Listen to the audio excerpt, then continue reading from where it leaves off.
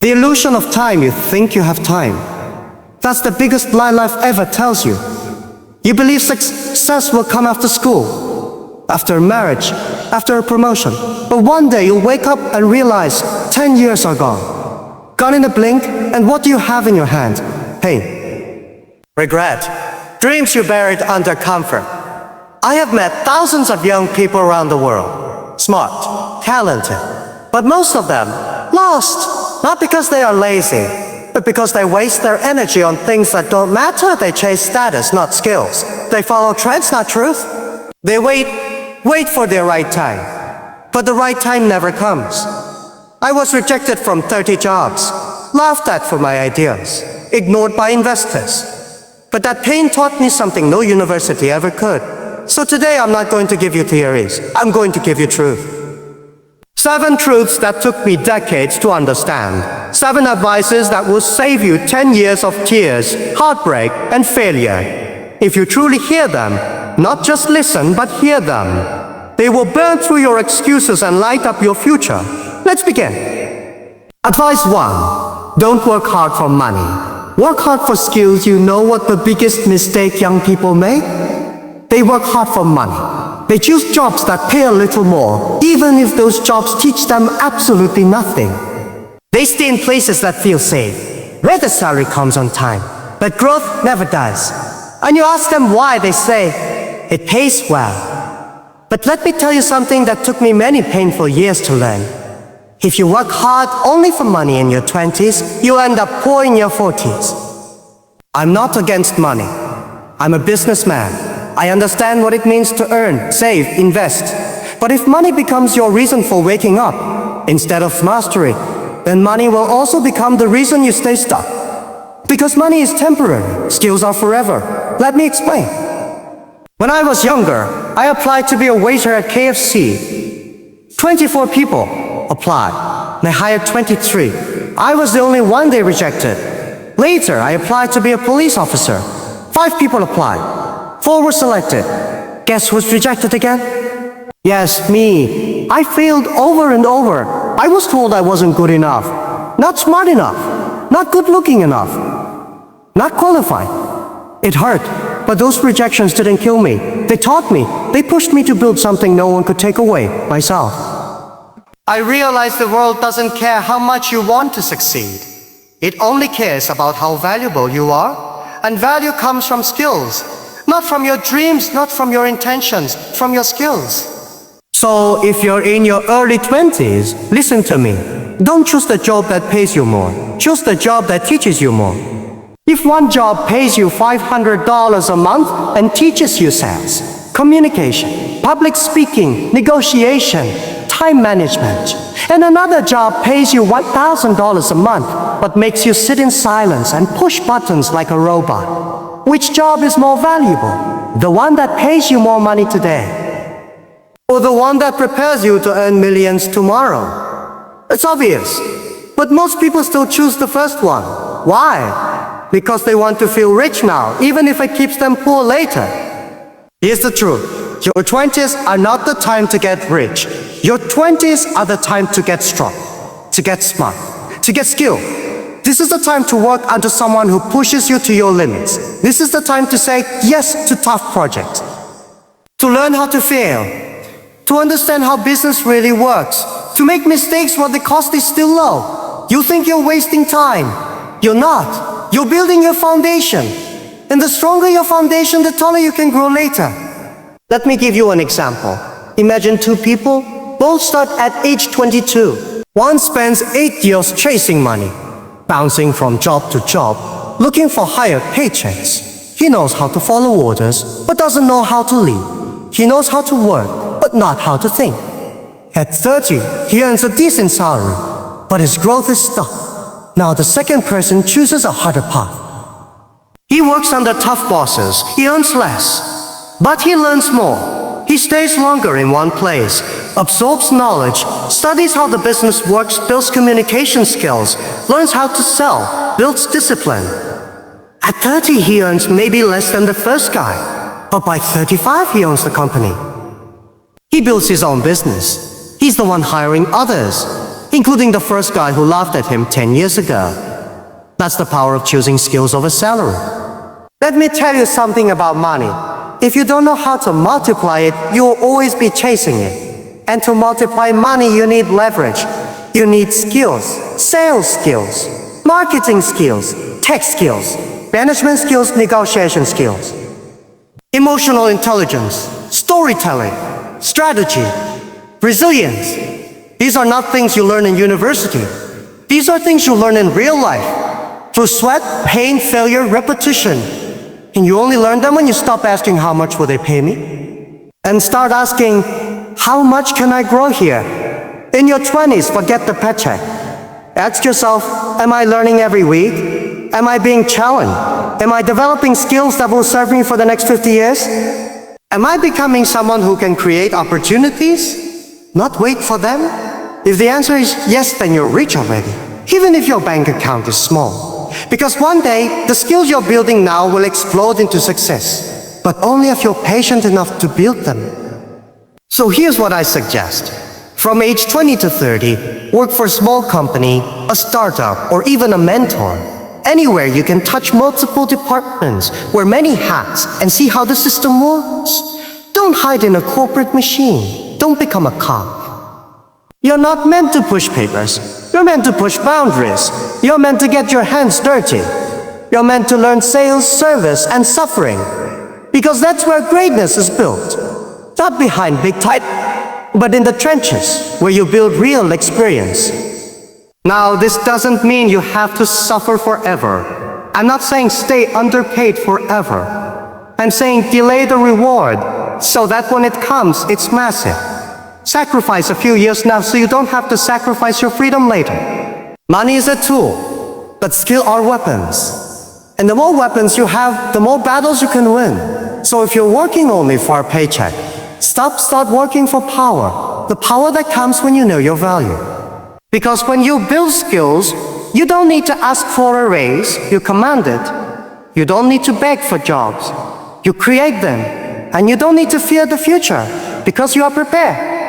Advice 2. Your first job is more important than your first love. They say your first love changes your life. It teaches you how to feel, how to care, how to hurt, how to hope. But let me tell you something even more powerful, even more permanent. Your first job changes how you think. And that changes your future forever. In your life, you will fall in love with people. Some will stay, most will leave. But your first job, that shapes your habits. It teaches you how to survive in the real world, how to communicate, how to solve problems, how to deal with failure, pressure, and uncertainty. You think it's a job.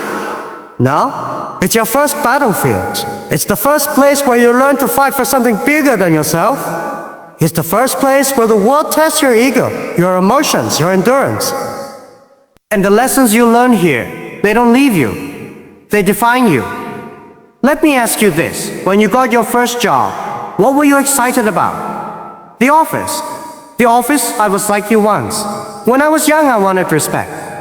I wanted to feel important, but life doesn't care what you want. Your first job is not there to reward you. It's there to rebuild you. And if you pick the right job, not the easiest one, not the most luxurious one, but the one that demands more from you than you think you can give. That job will build the version of you that you're meant to become. Most people treat their first job like a placeholder, something to survive until they find a real dream. But that's foolish thinking. Because your first job is your dream if you use it the right way. It's the place where you can fail without losing millions. It's the place where you can ask dumb questions without being judged. It's the place where you can learn from people smarter than you. It's where your real education begins. I've seen it too many times. A young person gets hired. They walk in like the world owes them something. They expect praise, promotion, validation, instantly. And when they don't get it, they leave. They call it a toxic. They call it underpaid. They say, I'm not learning anything here. But what they really mean is, this is harder than I expected. I want something easier. Let me tell you, easy doesn't build empires. Easy builds average, and average is the enemy of your potential. When I was 24, I was not paid much. In fact, I made less money than most of my friends. But I didn't care, because I wasn't working for the money. I was working for the mirror. I wanted to become someone who could lead, not follow. Someone who could build, not borrow. Someone who could take failure and turn it into fire. And that's what your first job should do. It should burn away your laziness, your excuses, your ego. It should teach you how to stay calm when your ideas are rejected. How to work with people you don't like. How to face deadlines, criticism, and pressure without falling apart. Your first job is your first training ground. Not your destination, your transformation. Let me share something that no one tells you. It's not about what your first job gives you. It's about what it takes from you.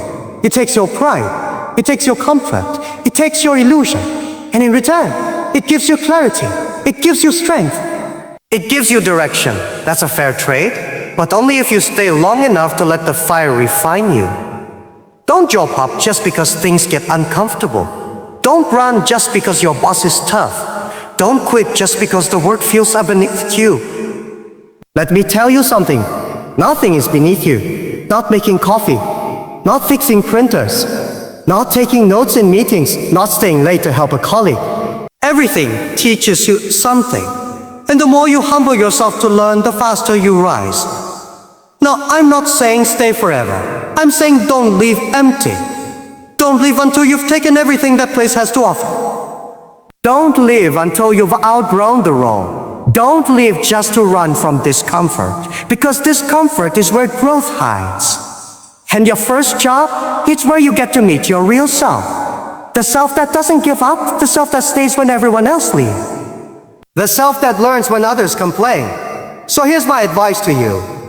When you look for your first job, don't look for comfort, look for chaos.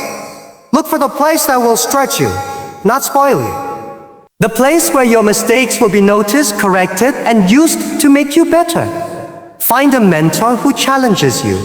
Work with a team that's smarter than you. Take tasks that scare you. Say yes at things you don't know how to do, and figure it on the way. Because every difficult thing you survive now will become your superpower later. And one day when you're running your own company, or leading your own team, or mentoring someone younger than you, you'll look back and thank your first job. Not because it was easy, but because it wasn't. Because it demanded more from you than you thought you had. And in rising to meet that demand, you discovered who you really are. Advice 3. Friends who party will steal your future. Let me ask you a simple question. Who are you surrounding yourself with right now? Take a look at your circle. Look closely.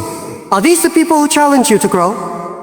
Or are they the people who distract you from becoming who you are meant to be? Because I've seen it happen again and again. And I want you to hear this clearly. Friends who party today will steal your future tomorrow. You think the late nights don't matter. You think the wasted weekends are harmless. You think one more party, one more drink, one more sleepless hangout won't change anything. But it does. Every distraction has a cost. And most people don't see that cost until it's too late. Until the years are gone. The dreams are cold. And the mirror shows a person who never became who they could have been. Let me tell you something I've learned after meeting thousands of young people. You don't lose your future all at once. You lose it in small decisions. You lose it every time you choose comfort over progress.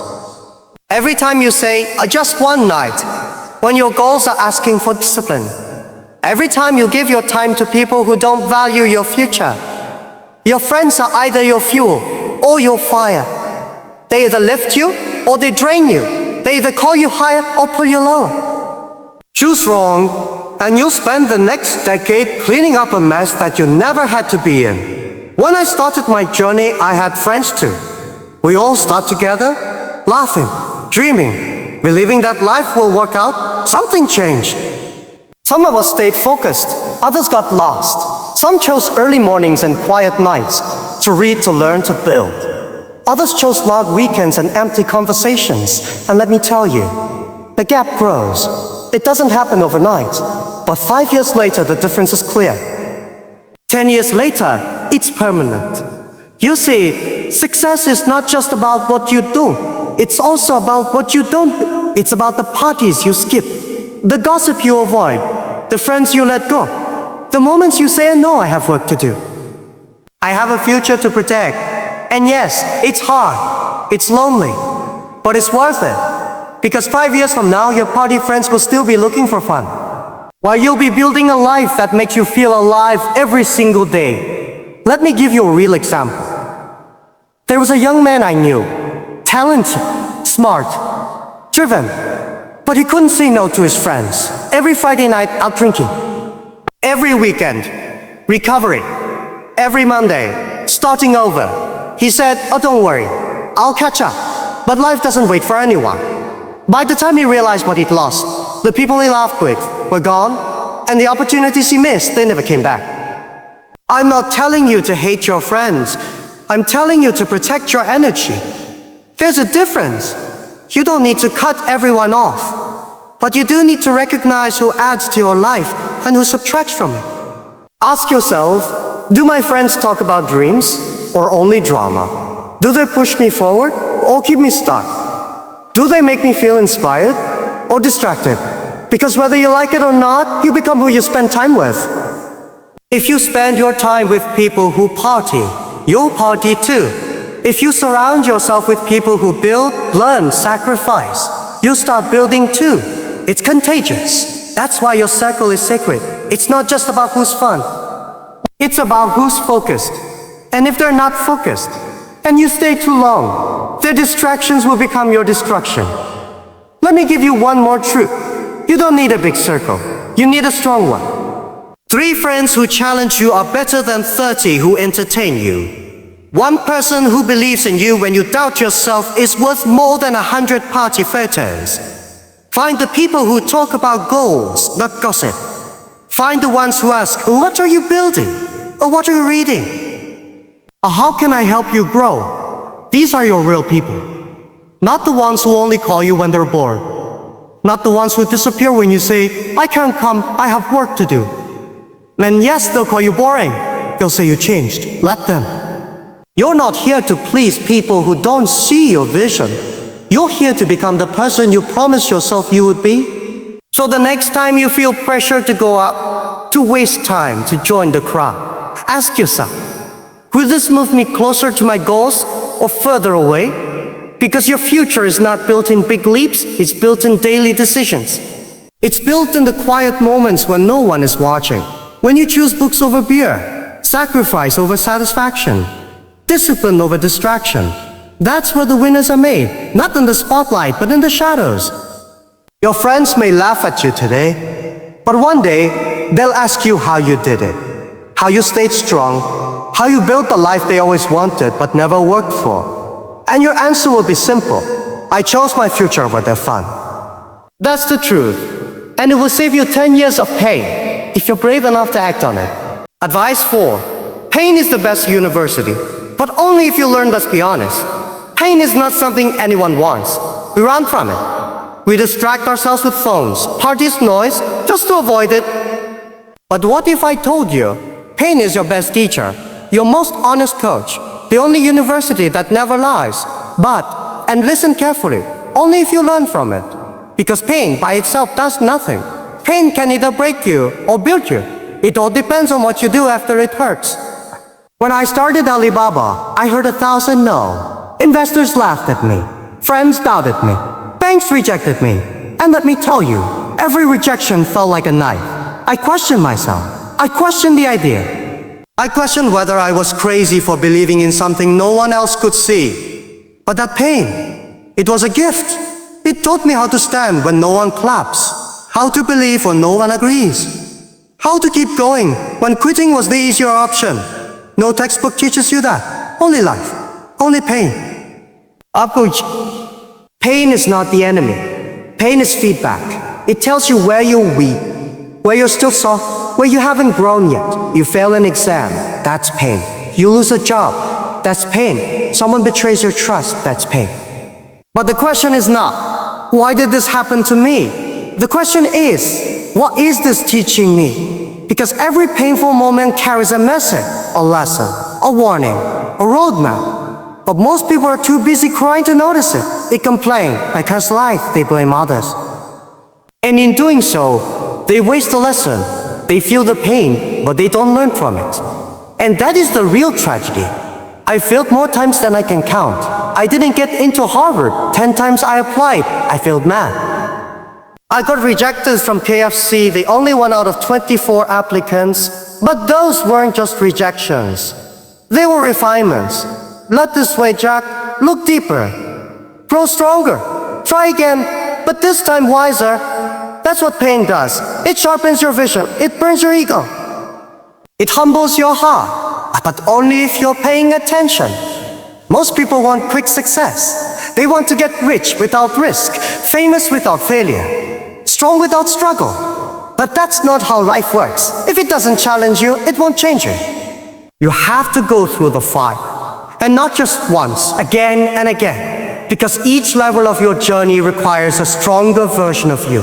And strength is only built in the gym of pain. So here's what I tell young people. Write your failures down. Yeah. Every one of them. Treat them like chapters in your personal textbook. Ask yourself, what went wrong? What did I ignore? What can I do differently next time? Because success is hidden inside your mistakes. If you don't study them, you'll repeat them. And let me tell you, repeated pain is not growth. It's foolishness. Pain that teaches you nothing is just wasted suffering. Let me give you a simple example. If you touch a hot stove and it burns you, you learn not to touch it again. That's useful pain. But if you touch it again and again, that's not pain teaching you. That's you ignoring the lesson. And life will keep sending you the same pain over and over until you finally sit down and listen. You failed a relationship? Good. Now learn how to love better, not just how to be loved. You failed a business? Good. Now learn how to manage, communicate, market, lead. You failed an exam? Good. Now learn how to focus, plan, revise. Don't just feel sorry for yourself. Don't just replay the loss in your head, break it apart. Analyze it, understand it, and then rise from it. Better. Pain has a purpose. It introduces you to parts of yourself you never would have met otherwise. Your discipline, your resilience, your creativity, your patience, all these qualities are easy. They're born in discomfort. And let me tell you a secret. The people who grow the fastest are the ones who ask better questions during pain. Not the why me, but the what now. Who's to blame? But what can I build from this? That's the mindset that turns scars into strength, that turns pain into power. Because once you learn to use pain as your teacher, nothing can stop you. You stop fearing failure. You stop blaming others. You stop waiting for perfect conditions. You realize every loss is loaded with lessons. And the faster I learn, the faster I win. So next time life knocks you down, don't just cry. Don't just shout. Don't just quit. Sit with it, study it, and squeeze every drop of wisdom from it. Because pain is a tuition fee. And only the ones who learn graduate into great. Advice 5. Don't follow the crowd. Follow your curiosity. Have you ever asked yourself, why am I doing this? Why are you choosing this degree, this job, this life path? Is it because it excites you? Is it because it pulls at your soul like gravity? Or is it just because everyone else is doing it? Let me tell you something that no one tells you when you're young. The crowd is not always right. In fact, most of the time, the crowd is confused. They're chasing comfort. They're chasing approval. They're chasing what's popular, not what's personal. And if you're not careful, you'll wake up one day, 10 years deep in a life that doesn't feel like your own. Why? Because you followed them. You didn't follow you? When I was younger, everyone said, go be a government worker. I get a safe job. Or don't take risks. You don't dream too big. But I didn't listen. Why? Because something inside me whispered, there's more. That whisper was my curiosity. It didn't scream. It didn't demand. It was quiet, but consistent. And it said, Jack, what if we tried something different? Jack, what if we built something new? That's how Alibaba was born. Not from logic, not from approval, but from a question that wouldn't leave me alone. You see, curiosity is the voice of your future self, trying to get your attention. But you drown it. You silence it with fear, with opinions, with pressure, with comparison. You look at what your friends are doing. You scroll for hours trying to find direction by watching others. You chase what's trending, hoping it'll lead to truth. But trends fade.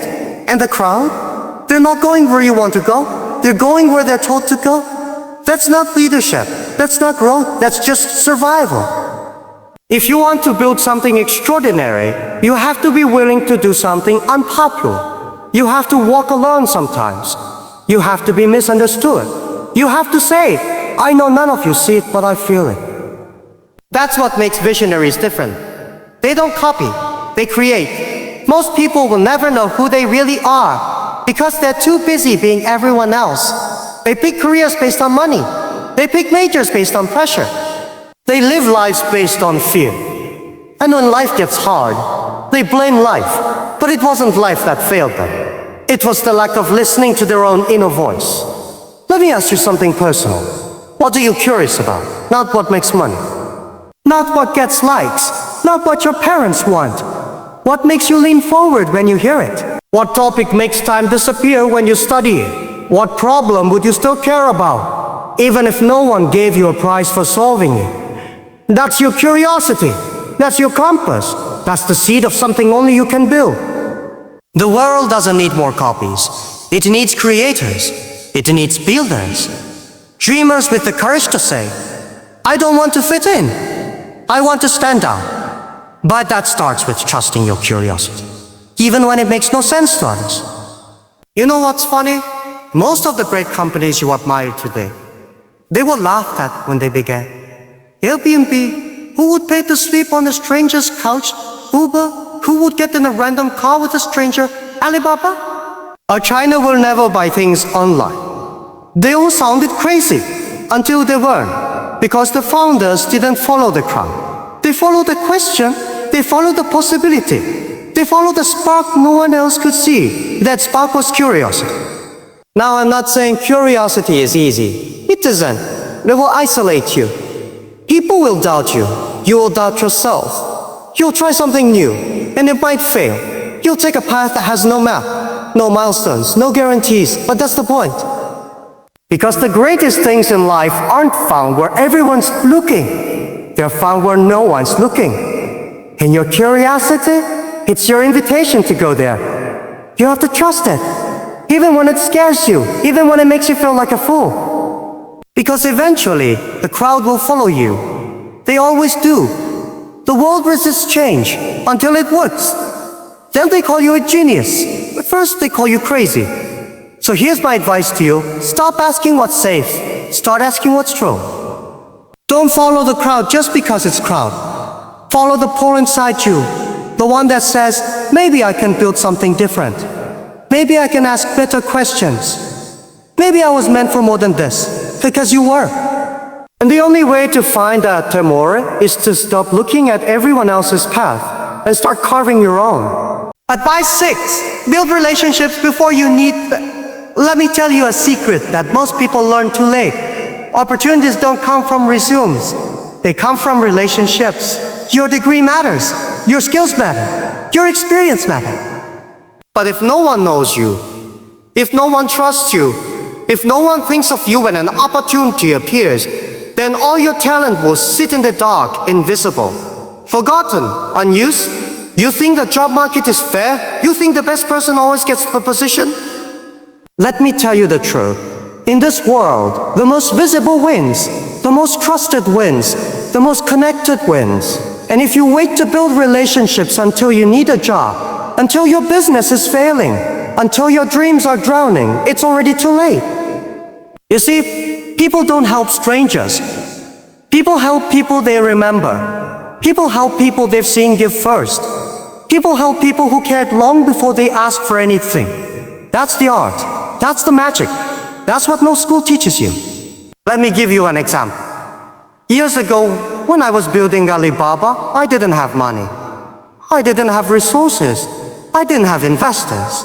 But what I did have was relationships. I had people who trusted me, who believed in my vision. Not because I was rich. Not because I had a title. But because I had been there for them before. I had helped them, listened to them, supported them when it didn't benefit me at all. So when my time came, they were ready to help me. Not out of obligation, but out of respect. And that's the lesson. Build your network when you don't need it, so it will be there when you do. Build it with generosity, with sincerity, with patience, because trust takes time, and time is your most valuable currency. You know what most people do? They only reach out when they're desperate. They start networking after they've lost their job, after they need funding, after their dreams are already falling apart. But people can feel that. It doesn't feel like a connection. It feels like a transaction. And that's why it doesn't work. Because relationships built in desperation usually collapse under pressure. So if you're young, let me tell you what to do. Start planting seeds now. Talk to people without expecting anything in return. Support their ideas. Comment on their posts. Show up for their events. Help without keeping score. You're not wasting time. You're building roots. And one day, those roots will grow into doors that open when you least expect them. Ask yourself, who remembers me when I'm not in the room? Who would mention my name when an opportunity appears? Who would pick up my call when I'm in trouble? If your answer is, oh, no one, then you haven't started building yet, but that's okay. Because today is the perfect day to start.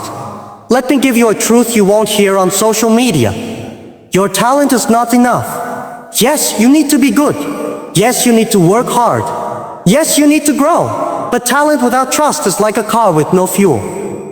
It looks good. It sounds good. But it doesn't go anywhere. So, how do you build relationships the right way? Simple. 1. Be real. Don't fake smiles. People feel it. Show up as yourself. Speak with honesty. 2. Be useful. Add value. Show what you know. Help solve problems, even small ones. 3. Be consistent. Don't disappear. Stay in touch. Check in. Share wins.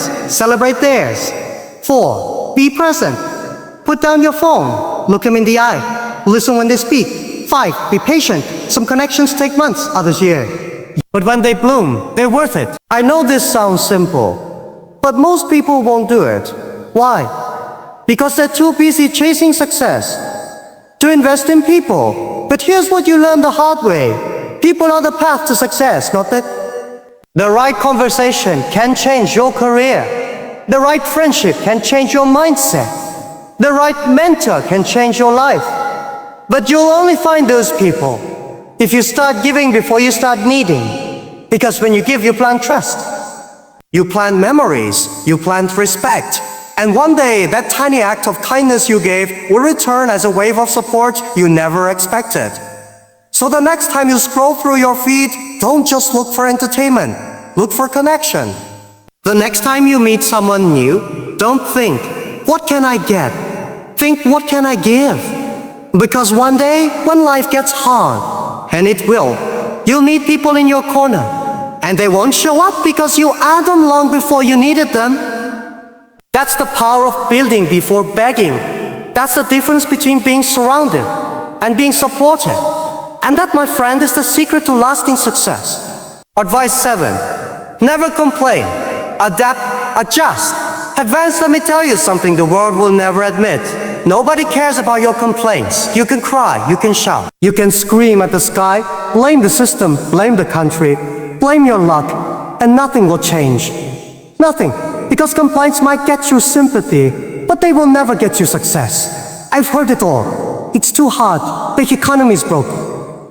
No one is helping me. I don't have enough money. My parents didn't support me. My boss is unfair. My country has no opportunity. I understand. I really do. But the moment you believe your complaints are valid reasons for staying stuck, you've already lost the game. Not because of your situation, but because of your state of mind. When I started Alibaba, I didn't have funding. No background in tech. No connections in Silicon Valley. Not even fluent English. China's internet was barely breathing. And people told me to quit. Jack, you're dreaming too big. Jack, it will never work. For Jack, you're wasting your time. And I could have complained. I could have said, why isn't the government supporting us? Why don't investors believe in Chinese startups? Or why is everything so difficult? But I didn't, because I understood something most people never learn. The world will not adapt for you. You must adapt for the world. Stop waiting for the weather to change. Learn how to build in the storm. Stop waiting for the system to be perfect. Learn how to operate within chaos. Because complaining is like sitting in a broken car and yelling at the road for not moving. The road won't move. You have to get out and fix the car. You say the job market is tough, and then learn new skills. You say the system is unfair, then find a way around it. Build something outside of it. You say people are against you, then become so good they can't ignore you. Winners don't cry longer, they adapt faster. They don't spend time arguing about how things should be. They get to work on what can be done right now, even if it's small, even if it's slow, even if no one is watching. Because progress beats every single time. Let me ask you something. What are you doing with your pain? What are you doing with your setbacks? Are you building or are you blaming? Because blaming is cheap. It takes no skill to complain, but it takes courage to change. Life is not fair. It never was. Some people start connected, some people get lucky. And yes, that's real. But let me ask you this.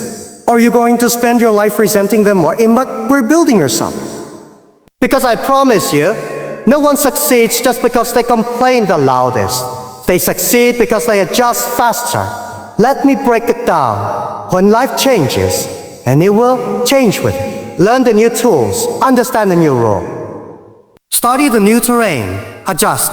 When something doesn't work, don't cry. Tweak the plan. Rethink your approach. Try again with more wisdom. Advance, even if it's one small step, even if it's slow and scary. Just keep moving. That's the formula, not just for business, for life. Let me tell you a painful truth. Complaining is comfortable, but growth is uncomfortable. And most people would rather stay in their comfort than face the discomfort of real transformation. But guess what? Your future is not found in comfort. It's found in courage. So the next time you feel like complaining, pause, take a deep breath, and ask, oh, what can I do right now to change this? It might be hard. It might be unfair. But it's still your responsibility. You are not weak. You're just distracted. By comparison, by comfort, by noise, by fear.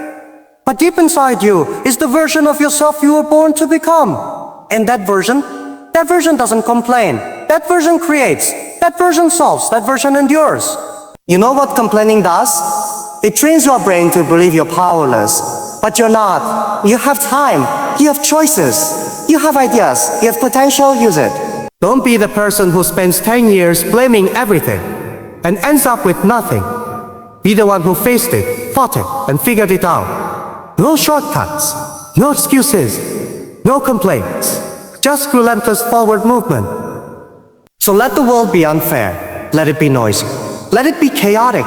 While others complain, you adapt. You adjust. You advance. And in the end, you won't need to explain yourself. Your results speak louder than any complaint ever could. Final words to the young dreamer. So now you've heard them. 7 lessons, 7 truths, 7 beautiful pieces of advice. Not from someone who had it easy. Not from someone born with power, money, or privilege. But from someone who stumbled, fell, bled, and got back up. Again and again. Until the world had no choice but to listen. These are not just ideas. They are survival codes. They are shortcuts carved from suffering. Because I don't want you to waste the next 10 years the way most people do. Running in circles, living someone else's dream, blaming the world, avoiding the truth, pretending to be strong while crumbling inside. This world is fast, unforgiving. If you don't have guidance, you'll drown in noise. If you don't have clarity, you'll chase shadows. If you don't have strength, the weight of regrets will crush you. So what do? You go back to the 7. You print them on your wall. You burn them into your thoughts. You repeat them to yourself every time you want to quit. When you feel like rushing, remember, don't be too quick to grow up. The world will pressure you to hurry, to get rich fast, get famous fast, get everything without foundation. But fast success is fragile. True greatness is built slow, brick by brick, day by day. Give yourself the time to become solid. When you're choosing your first job, remember, it's more important than your first love. That job is your first battle. It will either make you or break you. Forget the salary, forget the title. Focus on the lessons. The pressure, the discomfort, the growth. Because what you learn in those early years will echo through every decision for the rest of your life. When you're tempted by distractions, remember, party friends will steal your future. Anyone can drink, anyone can waste a weekend. But the ones who protect their time, they win. Because discipline now builds freedom later. Choose wisely. When failure hits you like a train, remember, pain is the best university. If you learn, don't run, don't numb it, don't waste it. Break it open, study it, absorb it. Because every pain contains a blueprint for your next breakthrough. You just have to be brave enough to face it. When the whole world sinks, remember, don't follow the crowd. Follow your curiosity. The crowd will always lead you to comfort. But your curiosity, that's your compass to destiny.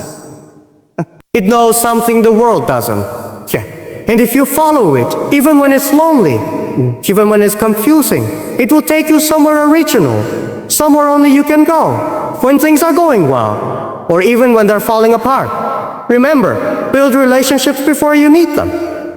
People matter more than algorithms, more than followers, more than fame. Because when you're down, when no one sees your value, only those you've built with, genuinely, patiently, will lift you again. Connection is not a luxury, it's your lifeline. And when life turns dark, when the world feels unfair, when the pressure makes your knees shake, remember this final command. Never complain, adapt, adjust, advance. You're not a victim. You're not powerless. You are a builder. Look, every second you spend complaining is a second you could spend creating. So fix your posture. Wipe your face. Silence the noise.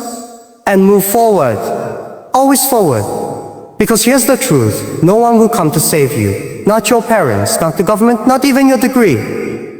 Only you. You, with your vision, with your grit. You act out when it's hard, when it's silent, when it's lonely. Success doesn't scream, it whispers. And you must be quiet enough to hear it. And loud enough inside to chase. So what happens now? You go. You close this video. You walk into the world and you live this. Not tomorrow, not next year. Now, start building, start choosing better friends, start valuing your pain, start following your own voice. Because you don't get to rewind life, you only get one shot. Don't spend it asleep. Don't spend it as a copy. Don't spend it begging for permission.